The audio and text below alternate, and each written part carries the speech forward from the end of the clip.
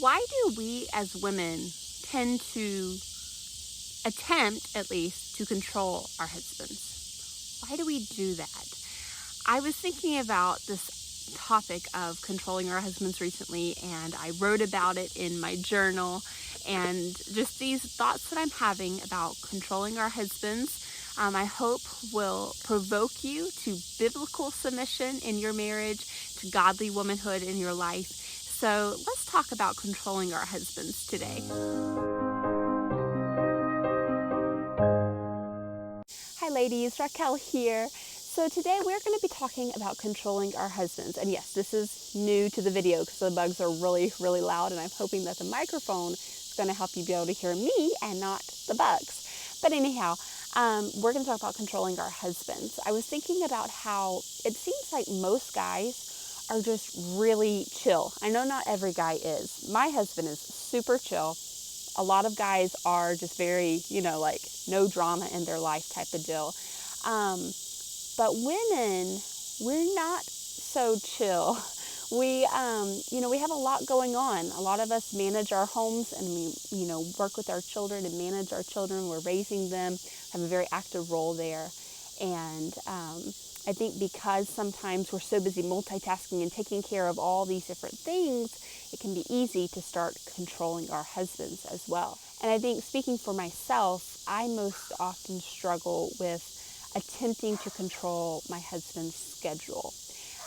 What he's doing, how he's spending his time, when he's starting different projects. And I think it definitely, since he's been laid off since about the middle of 2020, and then now he works from our home, I think that I've noticed that tendency more because he sets his own schedule now. And so, of course, here I am trying to control his schedule. And so because I've noticed this tendency to want to control his schedule, not that I want to control his schedule necessarily. I'm not thinking, oh, this is what I want him to do. I'm not trying to manipulate him. It's just more that it's like he's part of the home now. And so here I am controlling the home. Here I am managing the home. And so it's almost like okay, well, how about you do this and you do that and you do this and you do that, Sorry, someone was driving super slow past our road. It was like, what's going on there? So it's not that I want to control his schedule in that I'm intentionally setting out to tell him what he needs to do and when he needs to start projects. It's just more like I naturally just start to manage his schedule as being part of the home. I don't know if that makes sense. But since he's been home more and I've noticed this tendency to control him more, then I've also been able to learn more about how not to control my husband, how to be biblically submissive in this particular area. And that doesn't mean I'm perfect by any means. Ask my husband. But that's where my desire is. My desire is to be biblically submissive to my husband. So I'm just going to share some of the thoughts that I've been having, some of the things that I've been learning, in hopes that it's going to also encourage you in your learning to be biblically submissive to your husband. So the first thing that I was thinking about in regards to this topic is why. When I noticed that I was controlling my husband, my first question was, why? Why am I attempting to control him? What's the root cause? So I think for me, it comes down to two main factors that I particularly want to control his schedule. Other people might want to control other aspects of their husband, or maybe you don't even struggle with trying to control your husband. Praise Yahweh, that's great. But for me, controlling his schedule, telling him what to do, when to do it, what to do next, what needs to be done, things like that. And I think the number one reason why I attempt to control my husband is fear. Number one is fear. I'm afraid that he's not going to spend his time wisely, so that our goals as a family, our vision as a family isn't achieved, or isn't achieved in perhaps the time frame that I think it could and should be achieved in. My husband, like I mentioned, is very chill. He's very laid back, go with the flow, do things as they come to you type type of personality, whereas I'm very much type A personality, get in there, get things done, you know, boom, boom, boom, let's move on to the next thing type of personality. So when I try to control my husband, it's usually because I'm acting out of fear that he's not going to get things done in a timely fashion or in an orderly fashion, that we're not going to be able to get everything done that I would like to get done, etc. It's fear-based. The other reason why I find myself sometimes controlling my husband is because my own part of life is chaotic, and I need order and I need, you know, structure. And so I'm just, everything that I can, I'm trying to control and bring about some order and structure to. So maybe I'm sleeping in too late, or maybe we're doing a lot of running, and so the food and the cleaning just kind of seems to never be caught up, and I'm always behind, and it's always hectic to get food on the table and things like that. And I want order and I want stillness, and so I start grasping for everything that I can control without having to first look at myself, you know, and start to try to control those things like my husband. It's a lot easier to try to control someone else than to look inwardly and try to, you know, have self-control. Self-control is a lot more difficult than controlling another person, but it's far more effective than controlling another person. So I realized these were my two main reasons, my root causes of when I am trying to control my husband. It's because I'm either afraid that he's not going to use his time wisely, or two, that my own life, I'm not having self-control, or my own life feels chaotic and hectic, and I'm just trying to get order somewhere. Someone needs order, and so that's why I'm putting my hand into his life and into his schedule. And these are not justifications for why, but this is root causes, and an understanding why I try to control my husband, I can then start to fight against that natural fleshly inclination. So that was my first thing. What are the root causes for me trying to control my husband? And then the second thing that I was thinking about was, what does it look like? Because if I'm going to fight against controlling my husband, I need to know why I do it, and I need to know what it looks like so that I can be aware of it. And so I think there's three main ways controlling my husband looks in my life. And yes, it is starting to get dark again, but I'm not going to let it get, you know, pitch black out here this time. So number one, I start to be critical and I start to criticize my husband. So with his schedule, you know, if I see him on his phone, what are you doing on your phone? Why are you on your phone right now? Don't you think you should be doing this thing instead?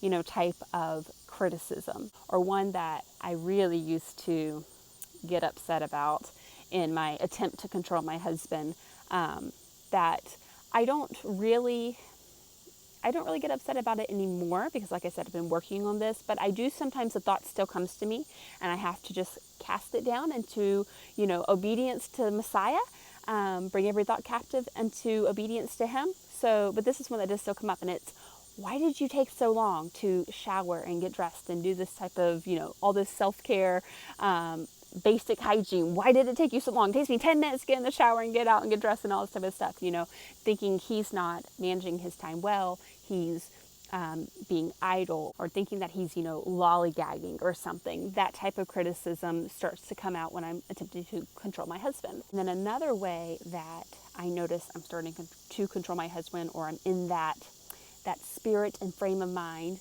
is I start to question his intentions, you know, like, well, don't you want to get, you know, this garden done? Don't you want to get this garden done? If you wanted to get this garden done, you would be doing this, this, this, and this right now, you know? I'm trying to think of real life examples that aren't cheesy, but actually are true, that, you know, have happened before. Why wouldn't you want to wake up earlier in the morning and work in the cool of the day, you know, type of questioning his intentions? I hope I'm making sense with these examples. They are real life. These are things I've actually said, you know. But yeah, I start to question my husband's intentions, and in a way that's also kind of manipulative when you think about it. Like, of course my husband cares about our family. Of course he wants to get the garden going. Of course he wants, you know, to not have to work in 100-degree weather. He prefers to work in the cool of the day. But I'm trying to manipulate him to do what I want by saying, well, you don't care about these important things unless you do things my way, according to my schedule that I've set out for you. And then the third way that I notice that I'm controlling my husband, and in that frame of mind, is I start directing him. So instead of, what do you have on your plans for the day? Which is that's what I've now trained myself to say, what are your plans for the day? Or what would you like to do today? Or, what do you want my help with today? Like those types of questions. Instead of asking him, I find myself directing him. Today we need to do this and this and this and this and this. And then when we're actually doing some of those tasks, let's say we're working on the garden fencing. Okay, first we're going to measure it this way. We're going to do it exactly how I say this way. And then we're going to do that. And then we're going to do it like this. And then after we get all those corners found, then we're going to put our H post up like this. And we're going to, not only just directing his schedule, but then directing how he's going to order the different tasks within that schedule. I don't know, am I even making sense to any of you? I kind of, as I'm speaking this, I'm like, man, I actually do this kind of stuff, and it's a little bit crazy. It really is. No one likes to be controlled. Men don't like to be controlled. Women don't like to be controlled. No one is meant to be controlled. That's not what biblical marriage is about. Men are not domineering and controlling their wives, and women in a biblical marriage are not supposed to be controlling their husbands. And yet, that's what, this is an honest conversation. These are things that I actually think, things that I actually do, things that I am resisting because it's of the flesh. It's not biblical to want to control my husband. How could I even think that, by controlling my husband, good things could come of it?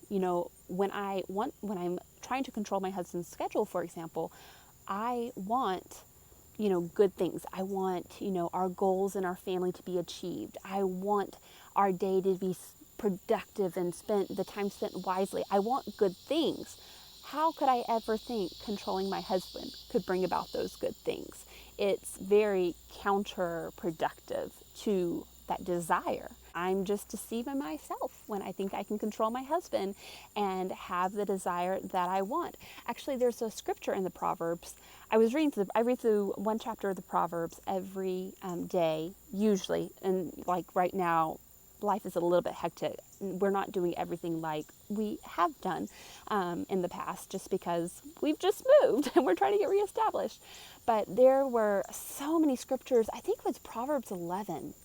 I'll put it in the description box that were just, I was like, wow, all of this applies to marriage. And I want to say it said something along the lines of, okay, I just found it in my journal. Proverbs 11:17. The merciful man doeth good to his own soul, but he that is cruel troubleth his own flesh.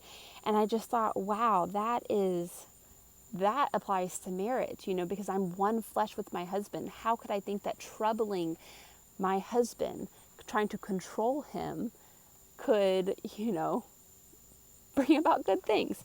Anyhow, I am going to have to move over to the light because it's starting to get dark, but I'm almost done, so it shouldn't get too dark yet.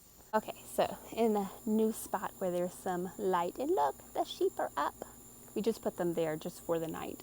It's a small space, but they're just there for the night to keep them protected from the neighbor's dogs, and then they go out to pasture green grasses during the day. So yeah, I'm just looking at my journal because this is where I have my thoughts written down, because this is stuff that I'm actually working on, things that I'm actually learning. And thank you so much for being okay with casual videos like this. So how can I fight against this inclination to control my husband? I think number one, just being aware of when I'm more prone to control my husband, or why, be more aware of why I might control him, be aware what controlling my husband sounds like in my life. I love this journal because it has really helped me to notice patterns within my own behavior that correlate with my cycle, for example, that, correlate with the different behaviors that I just described, that correlate with the different root causes that I just described. I'm very careful that I don't use my journal to vent. I would never want someone to read my journal and see something written about them and, they feel terrible or something. So I don't vent in my journal, but I will, discreetly write about different situations. And I've just picked up on, patterns of my own behavior of why I might be trying to control, when those times might be, and what that looks like in my life. So being aware is really important. How can we fight against controlling our husbands, submit to biblical submission if we don't know what it looks like to control our husbands, and what that looks like in our life, I should say. And then the second thing is just being much more intentional with our speech overall. Being in the habit of speaking discreetly, using discretion with our speech in everything, not just when we're speaking to our husbands, not just when we think we might be controlling them, but in all situations, in all contexts.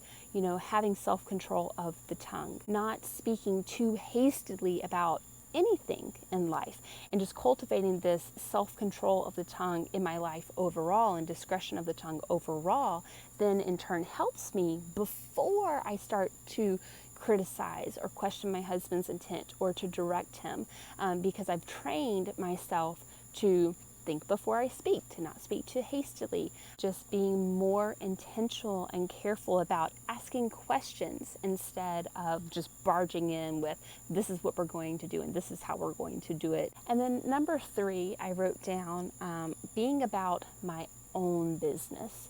And this kind of goes to one of my own root causes, which is I feel a little bit of chaos and disorder in my own life. I start to try to control his portion of our life together.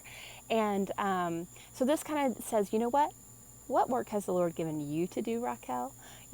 What time are you waking up in the morning? Just start to examine myself a little bit more, and then also start to just throw myself heartily into the work that the Lord has given me to do, managing my home and, growing in that role.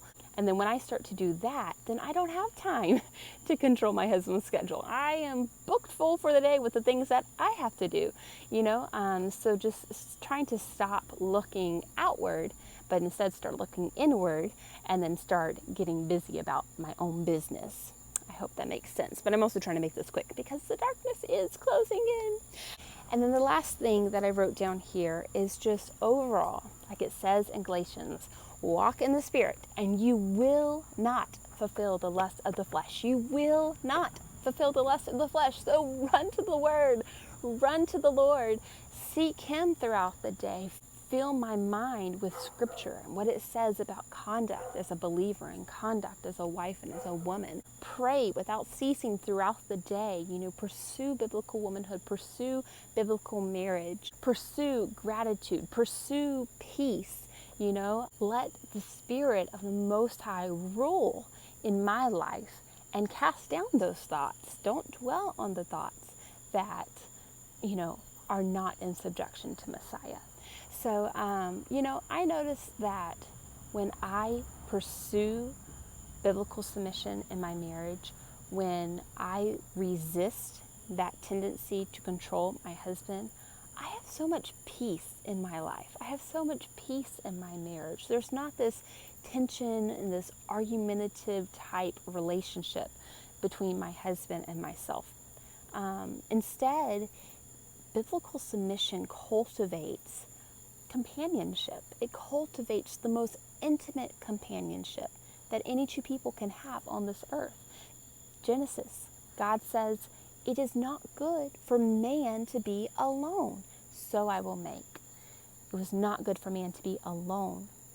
He needed a companion, and so God made us his wife, our man's wife, to be his companion. And biblical submission, the whole purpose, the whole goal of biblical submission is to bring us into that intimate companionship with our husbands, to bring us into that one flesh. And I'm just, I notice that a lot of times when I make a biblical submission video, I will get comments like, well, what about the husband controlling his wife? Husbands should not control their wives. And I just think it's very interesting that everyone seems to be concerned about husbands controlling their wives. And no one seems to be concerned about women controlling their husbands. And yet, that's what I see the majority of the time. If I observe a relationship where one is controlling the other, it's usually the wife is controlling the husband. Isn't that odd? that a lot of people who are against biblical submission are so concerned with a husband controlling his wife. But it's okay for the wife to control her husband, apparently. I don't think so. I don't think in biblical marriage, either one should be controlling the other. That's not what marriage is about. It's not what submission's about. It's not what headship's about.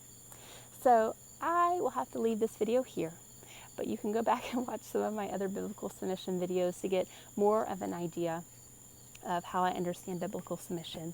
If I could just say one last thing, biblical submission is all about relationship. It's all about cultivating that companionship that woman was created for.